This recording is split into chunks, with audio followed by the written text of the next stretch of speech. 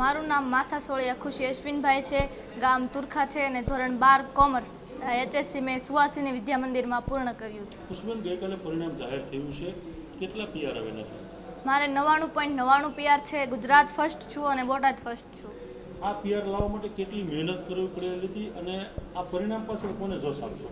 પરિણામ પાછળ સૌથી પહેલાં તો મારા મમ્મી પપ્પા, મારા સ્કૂલનો સ્ટાફ અને ટ્રસ્ટીઓ, જેને અઢળક મહેનત કરી છે, પડદા પાછળ રહી અને જેને વિદ્યાર્થીઓને સપોર્ટ કર્યો છે. તમારા પપ્પા શું કામ કરે છે? મારા પપ્પા ખેતીનું કામ કરે છે અને મમ્મી ઘર કામ કરે છે. કેટલી અપેક્ષા હતી પપ્પાની? પપ્પાની અપેક્ષા હતી કે નહીં, મારી છોકરી પહેલેથી એમને મને છોકરાની જેમ જ રાખી છે. કોઈ દિવસ છોકરી કે છોકરો ના ભણાવાય, આમ ના કરાય, તેમ ના કરાય, કોઈ પણ પ્રકારની રેસ્ટ્રિક્શન કે અહીંયા તારી લિમિટ છે, આને ન વટાય, મારા માટે એવું હતું જ નહીં. એક છોકરાની જેમ હંમેશા આગળ વધ, અમે તને આગળ વધતા જોવા માંગીએ છીએ અને એ સપનું મેં પૂરું કર્યું, એનો મને ગર્વ છે. હવે ખુશીનું સપનું શું છે? મારું સપનું આગળ MBA IIM થી કરવું છે. કોઈ પણ IIM, અમદાવાદ, ચેન્નઈ, કોલકાતા, IIM થી MBA કરવું છે, BBA MBA. શાળા દ્વારા કેટલો સહયોગ મળતો અને શાળા દ્વારા જ્યારે સન્માન થતું, ક્ષણ કેવી હતી તમારા માટે?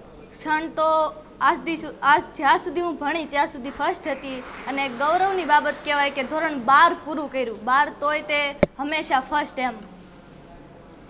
શું નામ તમારું? અશ્વિનભાઈ. અશ્વિનભાઈ, શું કામ કરો છો? ખેતીવાડીનું છે. અશ્વિનભાઈ, દીકરીનું ગઈકાલે પરિણામ જાહેર થયું, એક પિતા તરીકે કેટલો આનંદ, કેટલા ખુશીના સમાચાર હતા તમારા? બહુ સાહેબ આનંદ હતો. અપેક્ષા હતી ખુશી માટે? અપેક્ષા હતી જ ત્યાં પહેલેથી ને જ હતી. 10મામાં રિઝલ્ટ સારું હતું એનું, 11મામાં, 12મામાં સારું આવ્યું. અમને ખબર જ હતી, પણ આટલી બધી અપેક્ષા આમ ગુજરાત લેવલે આવશે એવું બધું નહોતું. એમ બોટાદમાં હતી. એક સંતાનો જ્યારે માતા પિતાનું સપનું પૂરું કરતા હોય, તમારું પણ સપનું પૂરું થયું છે. હવે આ દીકરી માટે તમે શું સપનું જુઓ છો? દીકરી માટે અમે એને જેટલી આગળ જાય એટલે અમે મહેનત કરીને ભણવા માંગીએ છીએ. એને જે કરવો એ કરવાનું શું, ભણવા માટે. દીકરી છે છતાં એટલું કરશો? હા, કરશું સાહેબ. શું નામ? જલપાબેન. જલપાબેન, શું કામ કરો છો તમે? તમારા પતિ શું કામ કરે છે? તમારી આવક કેટલી હશે? અમારી આવક ખેતીવાડીમાંથી ના આવે અને પછી એમાં છોકરાઓને ભણાવી છે, મહેનત કરીને એમ થાય કે આપણું છોકરું ઘરે આપણને. તમે કેટલું ભણેલા છો? હું 7 ભણેલી છું. તમે 7 ભણેલા છો. દીકરીએ જે સમગ્ર બોટાદ નહીં પણ રાજ્યનું નામ રોશન કરેલું છે. એક માતા તરીકે કેટલો આનંદ છે? અમને ખૂબ ખૂબ આનંદ છે, બહુ એટલે બહુ આનંદ છે કે અમારું છોકરું અહીં લગન આગળ આવ્યું એમ. હું લેસન કરતી હોય તો એની સાથે બેહું કે મમ્મી ઘડીક મારો હંગાત કરો એમ. બહુ મહેનત કરી, ઘરકામ પણ ન કરવા દઉં અને હમણાં પિતૃદેવના અમારે આશીર્વાદ છે. મારા ખુશીને આશીર્વાદ દઈને કહે છે જા બેટા, તું મહેનત કરીશ ને તારી સફળ થાય છે. બેન, તમે 7 ધોરણ ભણેલા, તે સમયે કદાચ તમારા માવતરની કદાચ આર્થિક સ્થિતિ ખરાબ હશે, તમારી આર્થિક સ્થિતિ પણ કદાચ એટલી બધી સારી ન હોય, છતાં પણ આ સપનું? હા, આ સપનું છોકરાને ભણાવવાના. આપણે ભલે ન ભણ્યા હોય પણ આપણા છોકરાને તો આપણે ભણાવીએ એક મિનિટ, એની તો જિંદગી સુધરે નહીં. આપણે થાય એટલે આપણે મહેનત કરીએ, પછી આપણા છોકરાને મહેનત કરીને આપણે ભણાવીએ, કારણ કે એ ભણે ગણે હોશિયાર છે તો આપણને એમ થાય મહેનત કરવી, આપણું છોકરું તો સફળ થાય ને, એનું ભવિષ્ય સુધરે. ભવિષ્ય સુધરે ને. આપણે તો ભલે ન ભણ્યા હોય તો આપણે ખેતીવાડીનું કામ કરીએ એક બી. હવે પછીના છોકરા કરી ન શકે એટલે એનું તો એને કરવું પડે ને, એટલા માટે. બેન, માતા તરીકે દીકરીના તમામ સુખ અને તમામ સપના જોયા હતા. ગઈકાલે ખુશીએ સપનું તમારું પૂરું કરી દીધું. હા, પૂરું. જ્યારે તમને આ ખબર પડેલી કે 99.99 PR સાથે સમગ્ર રાજ્યની અંદર પ્રથમ આવ્યું, એ ક્ષણ તમારા માટે કેવી હતી? એ સમય કેવો હતો? બહુ આનંદ, બહુ એટલે બહુ આનંદ આવ્યો કે અમારા છોકરીને જે અમે મહેનત કરીને ભણાવ્યા ને એ અમે વસૂલ છે એમ. શું નામ તો? મારું નામ સાકરિયા ભક્તિરાજ હરેશભાઈ. કયા ધોરણમાં અભ્યાસ કરતો હતો અને પરિણામ કયું આવ્યું? ધોરણ 12 કોમર્સમાં હું ભણતો હતો અને 56% આવ્યા અને 62 PR આવી હતી. કેટલો આનંદ થયો? અપેક્ષા હતી કે આટલા પર્સન્ટેજ કે PR? ના, મારી અપેક્ષા હાવ હું પાસ થાય એમ જ નહોતો. મને મારા ઉપર ભરોસો જ નહોતો, પણ શિક્ષકોની ટીમ અને વિદ્યાર્થીઓ સાથે વિદ્યાર્થીઓ પણ સપોર્ટ કરીને મને પાસ કરાવ્યો, એનો અતિ આનંદ મને અને મારા વાલીને ખૂબ આનંદ થયો છે કે હું પાસ થઈ ગયો. પાસ થાય એમ જ નહોતો. હવે કેટલી મહેનત કરીશ? હવે હું આની કરતાં પણ વધારે મહેનત કરવા ઈચ્છું છું અને આની કરતાં સારા ટકા લાવે એવી મારી અપેક્ષા છે. આમાં શિક્ષકોનો અને મિત્રોનો સહયોગ વધારે મળેલો? ખૂબ.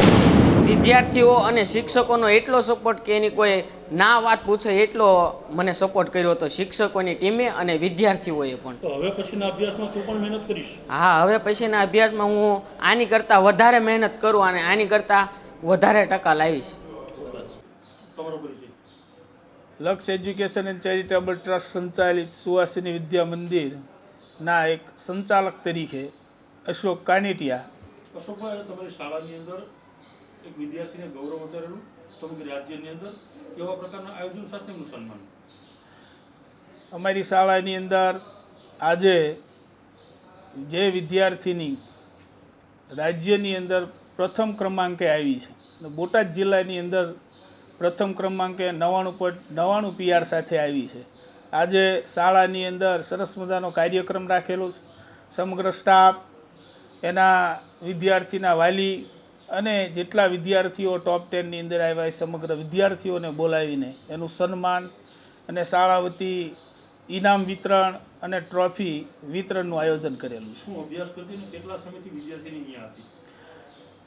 માથા સોળિયા ખુશી જે તુરખા ગામથી અમારી શાળાની અંદર 11મા ધોરણની અંદર અહીં એડમિશન લીધેલું, એટલે છેલ્લા 2 વર્ષથી અમારી શાળાની અંદર અભ્યાસ કરે છે અને છેલ્લા 12મા ધોરણની અંદર એને 99.99 સાથે એ સમગ્ર બોટાદની અંદર પ્રથમ ક્રમાંક આવેલી છે. કેટલો આનંદ છે શાળા સંચાલક તરીકે આ સમાચારને લઈને?